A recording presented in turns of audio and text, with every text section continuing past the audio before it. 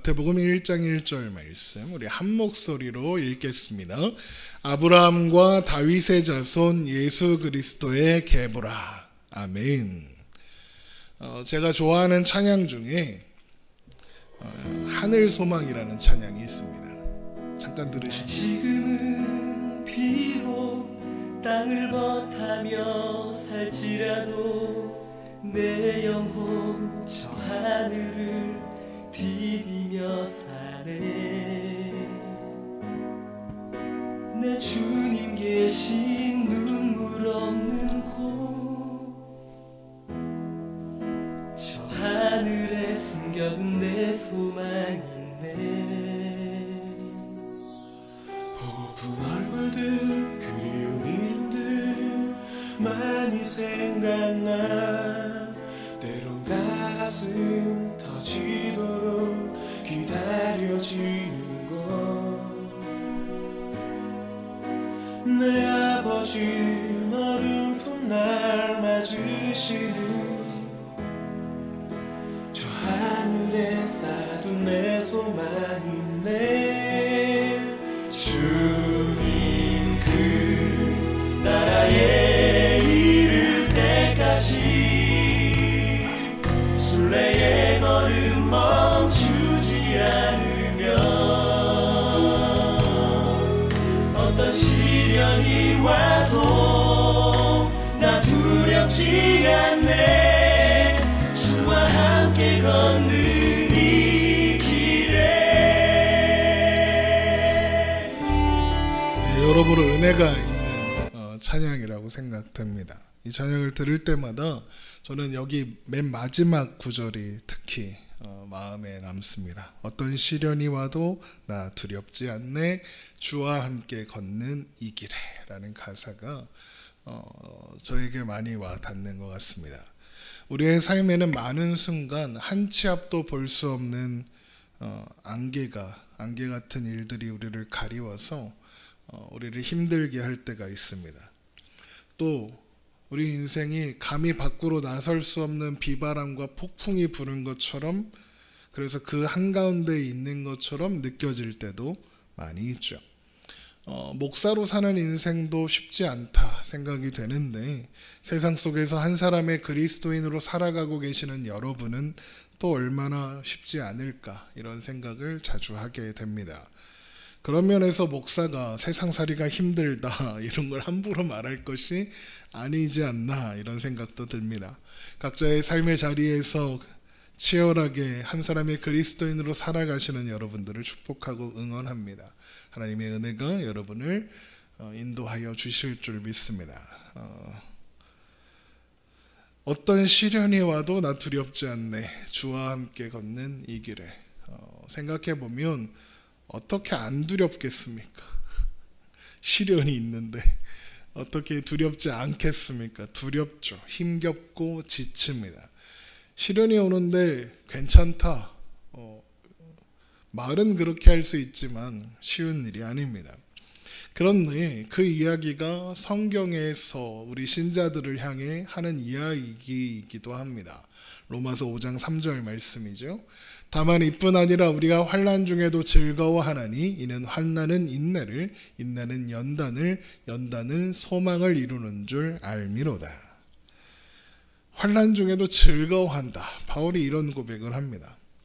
또 아까 우리가 함께 들은 하늘소망이라는 찬양에서도 어떤 시련이 와도 두렵지 않다. 주님과 함께 있기 때문이다.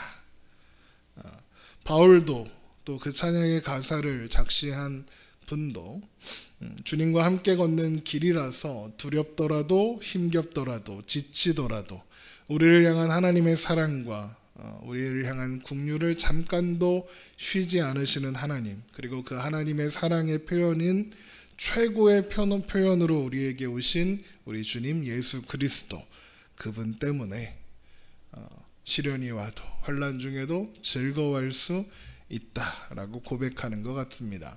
로마서 5장 5절입니다.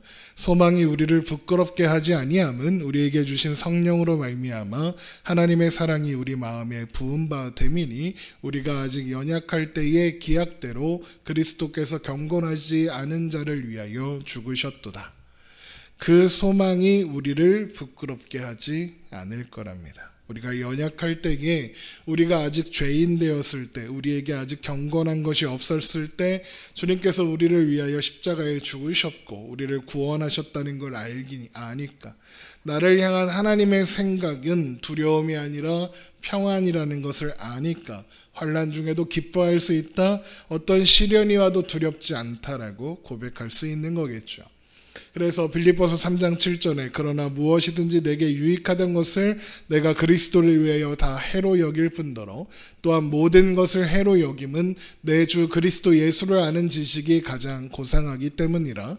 내가 그를 위하여 모든 것을 잃어버리고 배설물로 여김은 그리스도를 얻고 그 안에서 발견되려 함이니 내가 가진 의는 율법에서 난 것이 아니요 오직 그리스도를 믿음으로 말미암은 것이니 곧 믿음으로 하나님께로부터 난 의라. 예수 그리스도를 발견하고 나니까 나에게 좋다고 여겨지던 것, 나에게 유익하다고 여겨졌던 모든 것들, 바울에게서는 화려한 학문과 경력과 출신, 이런 것들이 다 유익한 것이 아니라 오히려 해더라, 배설물과 같더라. 그러니까 그 모든 것을 잃어버려도 아깝지가 않고 아쉽지가 않다는 거예요. 다 배설물 같은 거니까, 배설물이 너무 귀하다고 끌어안고 사는 사람은 아무도 없으니까요. 모든 믿음의 사람들을 살게 했던 힘이 바로 예수 그리스도 그 이름인 것 같습니다. 그리고 우리를 살게 하는 힘 또한 예수 그리스도 그 이름입니다. 빌립보서 4장 13절입니다. 내게 능력 주시는 자 안에서 내가 모든 것을 할 수 있느니라. 우리는 우리에게 능력 주시는 자 예수 그리스도 하나님 안에서, 우리 주님 안에 있으므로 우리의 현실과 상황, 우리의 처지와는 상관없이 기뻐할 수 있고 두려워하지 않으며 오늘을 살아갈 수 있습니다. 그분이 우리에게 이 오늘을 허락해 주셨기 때문입니다. 하나님은 그런 우리를 향하여 그리스도인이라고 부르십니다. 그리스도의 사람, 예수의 사람이다 라는 뜻이죠. 이런 말도 많이 쓰죠. 예수쟁이, 예수만 아는 사람이라는 뜻이고, 또 그래서 예수 믿는 사람들을 놀릴 때 많이 사용하는 그런 표현입니다. 저 예수쟁이들은 막 이러면서 비아냥거릴 때 많이 사용하죠. 하지만 반대로 생각해 보면 예수쟁이로 불릴 수 있다는 것이 오히려 복된 일이 아닌가라는 생각도 듭니다. 우리가 예수에 속한 사람, 그리스도에 속한 사람이라는 뜻일 테니까요.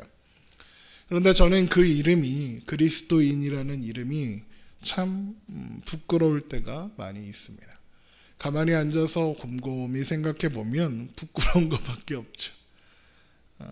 바울이 이런 말을 하죠. 나는 죄인 중에 괴수다. 그런 이야기를 하죠. 바울도 그런데 나는 어떡하나 그런 생각이 듭니다. 큰일 났다. 자격 미달인데 바울도 저러는데 난 어떡하나. 바울처럼 그리스도인답게 살아가는 사람도 없을 텐데 그 사람조차 그렇게 이야기하니 나는 그리스도인으로 살 수가 있는 건가, 이런 생각이 듭니다. 그런데 하나님은 그런 우리의 생각을 아시는지, 그런 생각을 하게 될 거라는 걸 아셨는지 성경 속에 수많은 믿음의 사람들의 이야기를 성경 속에 남겨두셨습니다. 그리고 그 믿음의 사람들의 이야기를 통해서 우리에게 말씀하세요. 네가 하는 게 아니다. 네가 만들어내는 게 아니라 내가 만들어가는 거다. 아브라함이 아브라함다워서 아브라함이라 하지 않았고, 베드로가 베드로다워서 베드로라고 한 게 아니고, 다윗이 다윗다워서 다윗이라고 한 게 아니다. 너도 그리스도인다워서 그리스도인이라고 하는 게 아니라 넌 이제 겨우 예수라는 이름 좀 알고 그래서 교회 좀 다니네, 뭐 교인이네 그러고 있지만 이도저도 아닌 뭔가 2% 부족하지만 내가 널 그리스도인으로 만들어낼 거니까 너는 그리스도인인 거야. 걱정하지 마. 내가 만들어낼 거야 라고 성경을 통해 주님은 우리에게 말씀하십니다. 우리는 모두 그 여정으로 부름받았습니다. 우리는 그 여정을 살아갑니다. 하나님의 사람으로, 그리스도의 사람으로 만들어가는 시간을 살아가죠. 그래서 한 걸음 한 걸음을 주님과 함께 걸으면서 넘어지면 넘어진 김에 좀 쉬어도 가고, 또 그러다 주님이 다시 일으켜 세워서 같이 가자 하시면 또 걸어가고, 그러다 지치면 주님께 기대어 쉬기도 하고, 너무 힘들면 엎혀서 가기도 하고, 그렇게 조금씩 한 발 한 발 가는 겁니다. 그래서 우리에게 가장 중요한 것이 무엇이냐? 예수 그리스도라는 그 이름이라는 거죠. 기독교 자체가 이미 그런 뜻이잖아요. 기독이 그리스도를 한문으로 음역한 게 기독이에요. 그러니까 그리스도교예요. 그게 우리의 이름입니다. 그게 우리의 정체성이죠. 그래서 우리는 그 이름을 잘 알아야 하고, 예수 그리스도의 그 이름을 잘 마음에 새겨야 하는 거예요. 그래서 우리가 지금 진행 중인 열왕기의 말씀을 잠깐 쉬고 우리 대강절 4번 그리고 성탄절까지 5번에 걸쳐서 예수님에 대해서만 이야기를 해보려고 합니다. 이걸 신학적인 용어로는 기독론이라고 하는데, 그리스도론이라고 하는데, 뭐 그렇게까지 거창한 신학적인 이야기를 할 건 아니고, 성경 속에서 우리에게 말씀하시는 예수님에 관한 이야기, 우리가 고백하는 주님 예수 그리스도 그분의 말씀을 확인하고 점검하고, 그래서 이 대강절의 기간 동안 더 예수 그리스도의 이름을 우리 마음 깊이 새길 수 있는, 그래서 조금 더 성장한 신앙의 사람으로 세워져 가는 시간이 되기를 바랍니다.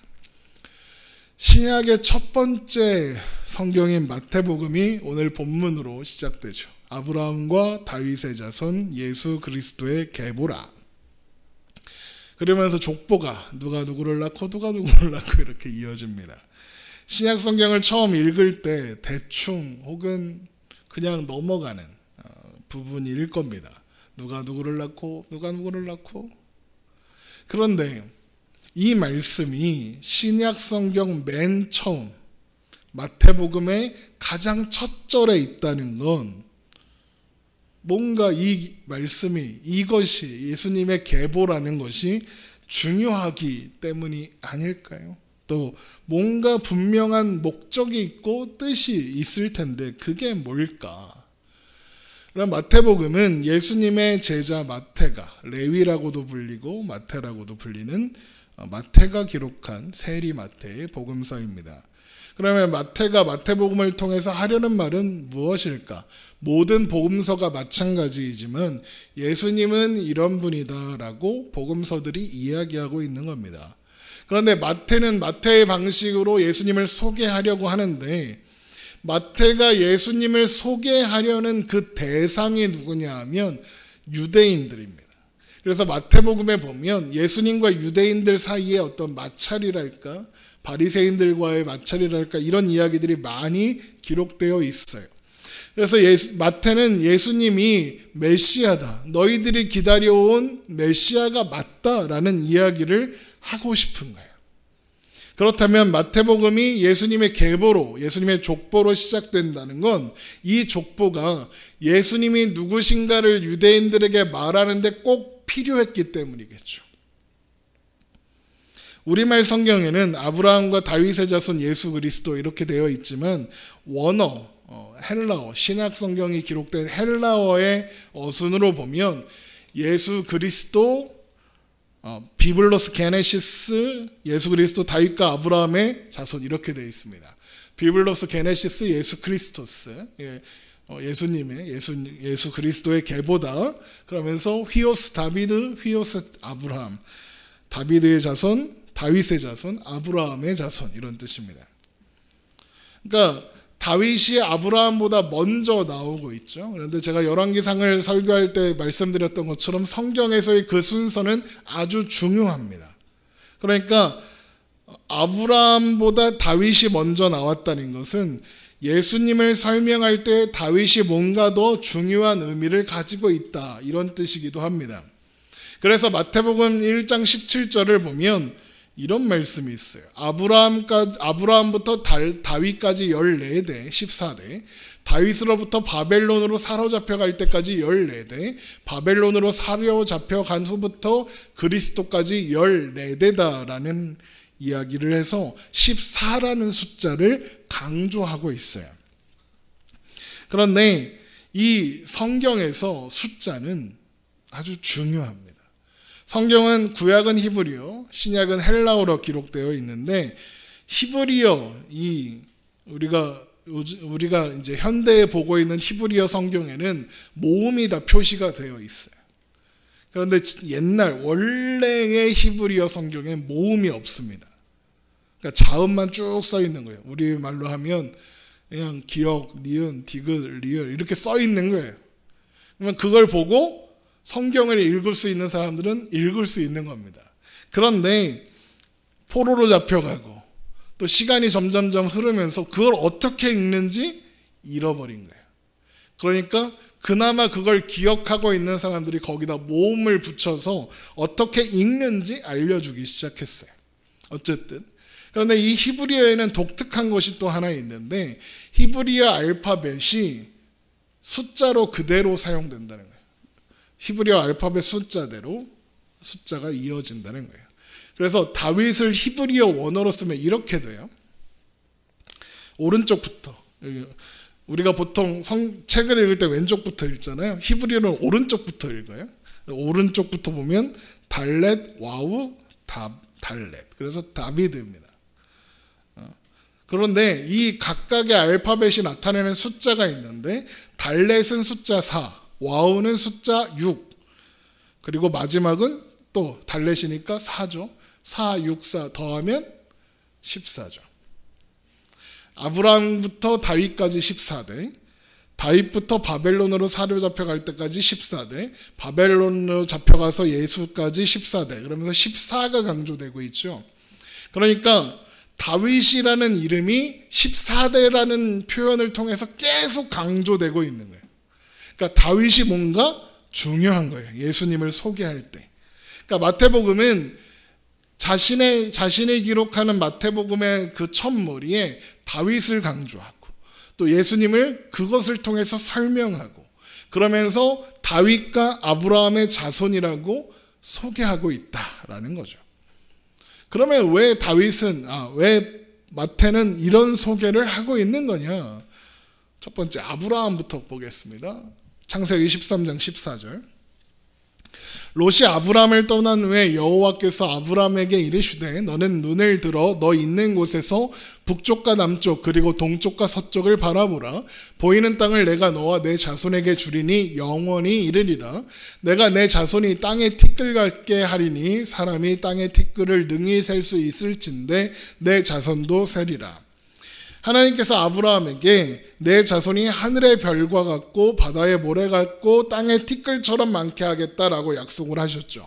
그러면서 뭐라고 하셨냐면 보이는 땅을 내가 너와 내 자손에게 주리니 영원히 이르리라 라고 했습니다. 영원입니다. 그런데 영원했나요? 아브라함의 그 이스라엘 후손들이 이스라엘 땅에서 영원히 살 수 있었나요? 살지 않았어요. 그러면 이 영원에 대한 약속은 단순하게 이삭과 야곱 그리고 이어지는 이스라엘이라는 민족을 가리켜 하는 말씀이 아니라는 거예요. 그럼 이 말씀은 누구를 가리키는 거냐? 갈라디아서 3장 15절에 답이 있어요. 형제들아 내가 사람의 예대로 말하노니 사람의 언약이라도 정한 후에는 아무도 패하거나 더하거나 하지 못하느니라. 이 약속들은 아브라함과 그 자손에게 말씀하신 것인데 여럿을 가리켜 그 자손들이라 하지 아니하시고 오직 한 사람을 가리켜 내 자손이라 하셨으니 곧 그리스도라. 그러니까 내가 너와 내 자손에게 주겠다라고 할 때 이 영원을 약속한 자손이 누구다? 예수님이다 라는 거예요. 내 자손들이라고 하지 않고 내 자손이라고 했다는 거죠. 그러니까 갈라디아서 3장 16절이 말하는 건 하나님께서 아브라함에게 약속하신 그 영원의 복은 그것을 이루는 사람이 따로 있는데 바로 예수 그리스도이며 예수 그리스도를 통하여 아브라함에게 약속하신 모든 일이 이루어진다. 그래서 예수님은 아브라함의 후손이기 때문에 아브라함의 자손이다라고 하는 게 아니라 하나님께서 아브라함에게 하신 약속 속에 있는, 그래서 그 약속을 성취할 존재이기 때문에 아브라함의 자손이다라고 한다는 거예요. 그럼 다윗도 마찬가지죠. 그러니까 다윗의 마태복음 1장의 계보는 예수가 아브라함의 후손이다, 다윗의 후손이다, 어떻게 그 집안에 속했다, 이 이야기를 하려는 게 아니라 아브라함과 다윗에게 하신 하나님의 약속이 이루어지는 존재로서 예수 그리스도를 보여주기 위해서 아브라함과 다윗의 이름을 거론하는 거예요. 그럼 다윗에게 주신 약속은 뭐냐? 사무엘하 7장 8절입니다. 그러므로 이제 내 종 다윗에게 이와 같이 말하라. 만군의 여호와께서 이와 같이 말씀하시기를 내가 너를 목장 곧 양을 따르는 데에서 데려다가 내 백성 이스라엘의 주권자로 삼고 내가 가는 모든 곳에서 내가 너와 함께 있어 내 모든 원수를 내 앞에서 멸하였은즉 땅에서 위대한 자들의 이름같이 내 이름을 위대하게 만들어 주리라. 내가 또 내 백성 이스라엘을 위하여 한 곳을 정하여 그를 심고 그를 거주하게 하고 다시 옮기지 못하게 하며 악한 종류로 전과 같이 그들을 해하지 못하게 하여 전에 내가 사사에게 명령하여 내 백성 이스라엘을 다스리던 때와 같지 아니하게 하고 너를 모든 원수에게서 벗어나 편히 쉬게 하리라. 여호와가 또 내게 이르노니 여호와가 너를 위하여 집을 짓고 내 수완이 차서 내 조상들과 함께 누울 때에 내가 내 몸에서 날 내 씨를 내 뒤에 세워 그의 나라를 견고하게 하리라. 그는 내 이름을 위하여 집을 건축할 것이요 나는 그의 나라 왕위를 영원히 견고하게 하리라. 우리가 열왕기상 보면서 이 말씀 계속 찾아봤죠. 하나님께서 다윗의 집안을 견고하게 하실 건데 다윗과 너의 왕위를 견고하게 하리라 하지 않고 뭐라고 하셨냐면 내 몸에서 날 내 씨를 내 뒤에 세워서 그 씨로 하여금 그의 나라를 견고하게 하고 그의 왕위를 견고하게 하겠다라고 말씀하셨어요. 그러면 우리가 바로 떠오르는 다윗의 자손은 솔로몬이죠. 솔로몬은 이스라엘의 역사 가운데 가장 흥왕했고 성전을 짓기는 했죠. 하지만 솔로몬의 죽고 나자 어떻게 되죠? 나라가 둘로 나뉘어졌고 실제로 다윗 왕가가 14대가 지나니까 바벨론 포로가 잡혀가서 멸망합니다. 그러니까 이후로 다윗의 왕가가 회복된 적이 없어요. 지금도 회복되지 않았어요. 이스라엘이 다시 막 그 팔레스타인에 자리 잡고 2차 세계대전 이후에 그렇게 한 이후에도 다윗의 왕가는 재건되지 않아요. 포로가 되었다가 다시 나라가 회복되었다가 지금 이제 성경이 기록되고 있는 시점은 언제예요? 예수님이 태어나실 이때 로마의 망해 있는 상태예요. 로마의 지배를 받고 있는 상태란 말이죠. 그러면 다윗의 왕위와 나라를 영원히 견고히 하겠다라는 약속을 다윗이 아니라 내 몸에서 내 씨에게 약속하셨다는 것은 하나님께서 다윗에게 하신 약속을 성취할 사람은 다윗도 아니고 솔로몬도 아니라는 거죠. 그러면 이 약속을 이루실 분이 누구겠습니까? 예수님이죠. 그러니까 아브라함에게 하셨던 약속, 다윗에게 하셨던 약속에서 중요한 건 그것을 이룰 주인공, 그 약속을 성취하실 분이 바로 예수다라는 거예요. 그래서 16절을 보면 이 족보가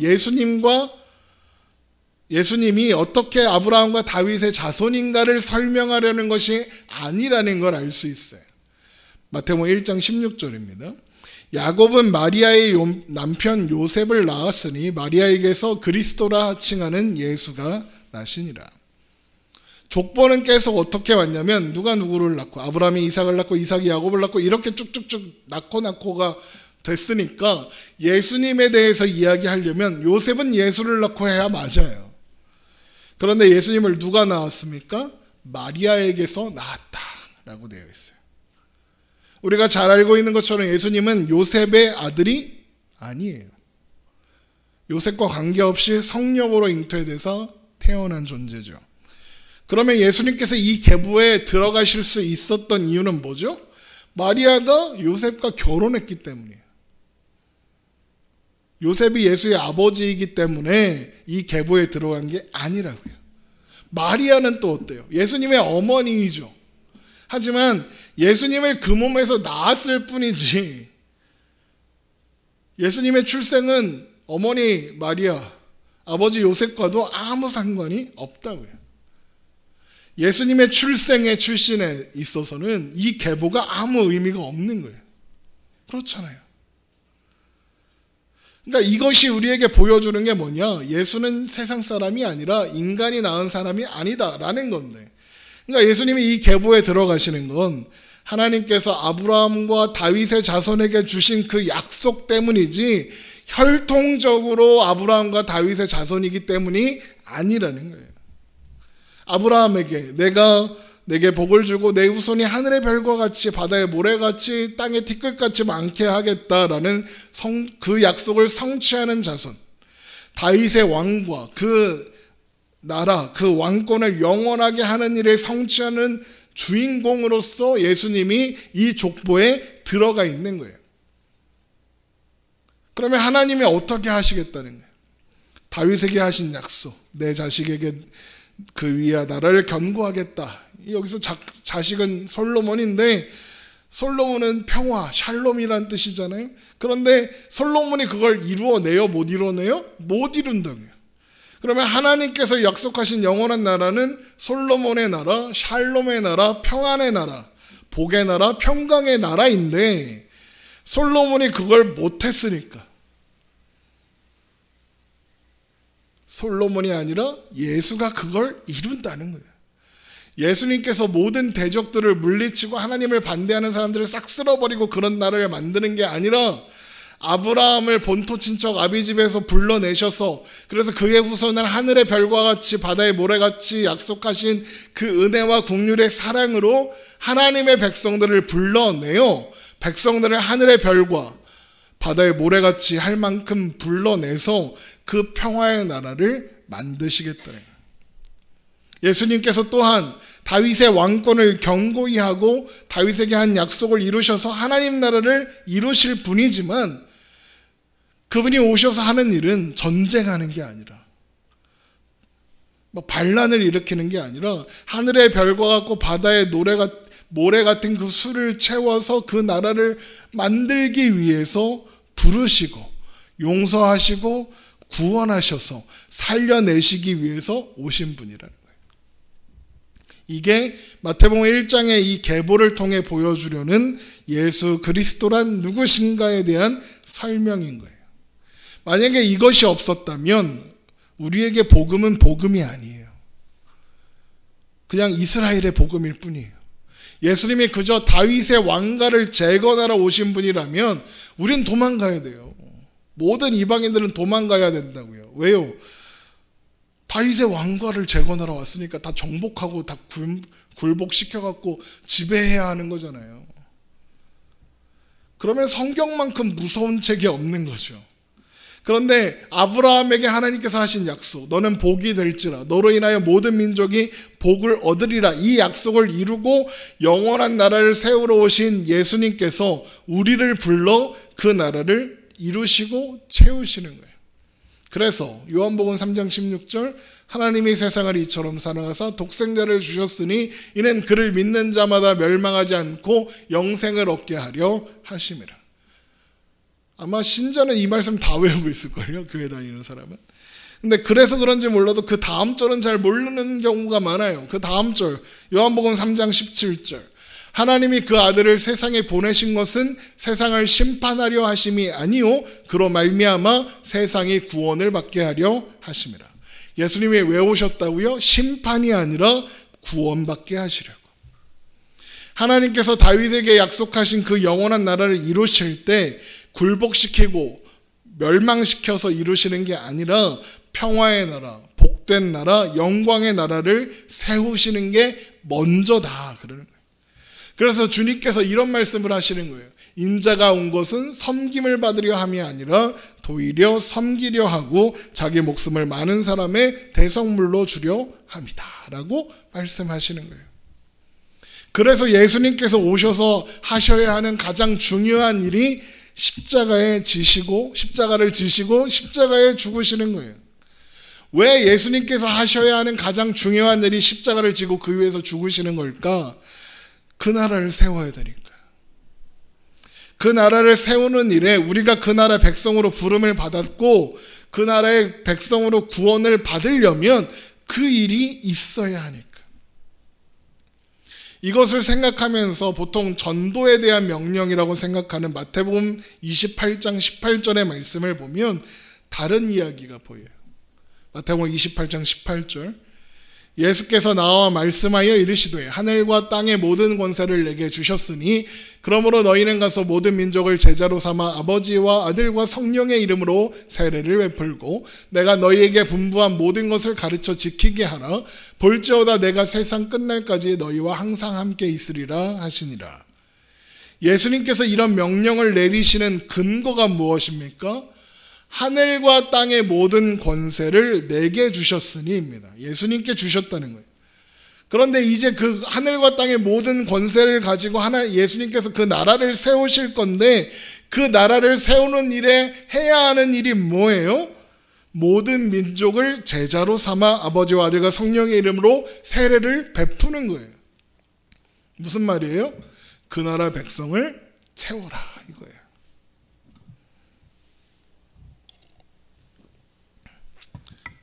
그래서 우리는 전도를 하는 거예요. 그래서 우리는 전도하는 거예요.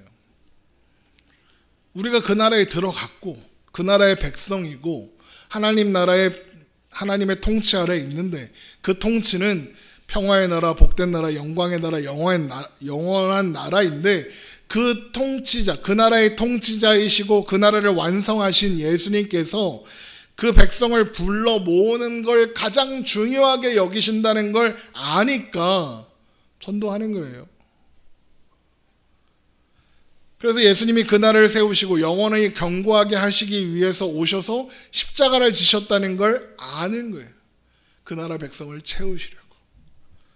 전도 많이 하면 복 받는다, 그게 아니라 우리 주님이 그걸 가장 귀하게 여기신다고 하니 우리도 그게 귀하게 여겨지는 거예요. 전도를 해야 해서 하는 게 아니라 예수님이 제일 귀하게 여기시는 거니까. 하나님 나라 백성으로 채워야 하니까. 그러니까 우리는 이 세상과 다른 세상에 속해 있는 거예요. 이 세상의 통치와 다른 통치 속에 있는 거예요.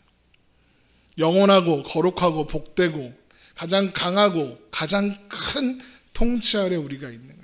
누가 무엇을 이 나라와 비교할 수 있겠어요? 누가 비교해요? 하나님 나라와 이 나라 어떻게 비교해요? 또 이 나라에 소속된 우리는 내가 하나님이 아브라함에게 하신 약속 때문에 그 나라의 백성으로 부름 받은 것처럼 이 나라에 소속되지 않은 사람들에게 찾아가 이 나라 백성으로 예정된 사람들에게 하늘의 별과 같고 바다의 모래같이 그들을 데려다 채우기 위해서 그리스도인으로 살아가며 복음을 전하는 거예요.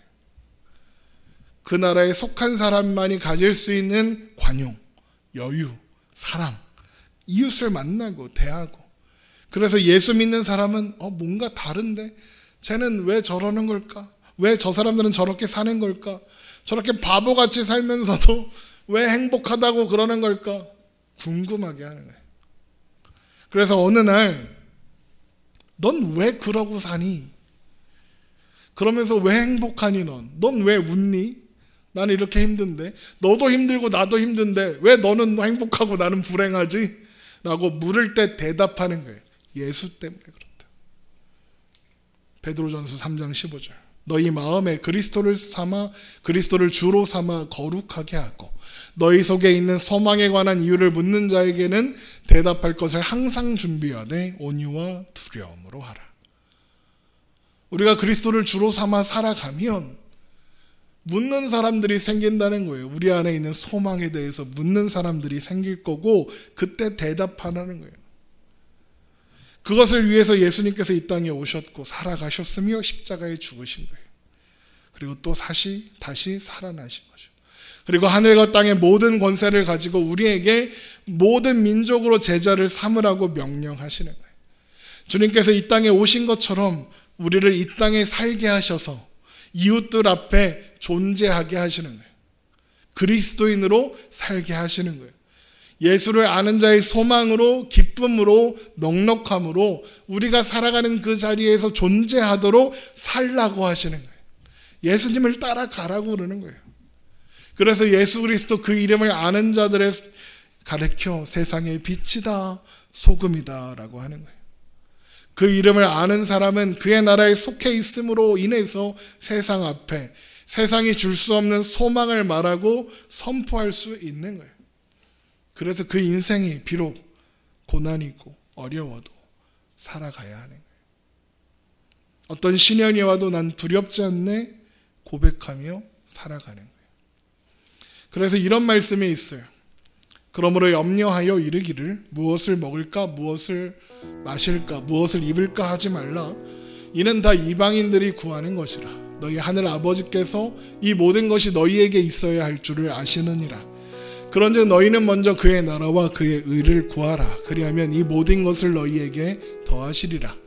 그러므로 내일 일을 위하여 염려하지 말라. 내일 일은 내일이 염려할 것이요 한날의 괴로움은 그날로 족하니라.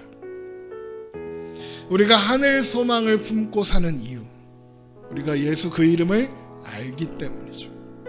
그 이름을 아는 자에게 허락된 나라에 우리가 소속되어 있다는 걸 알기 때문에,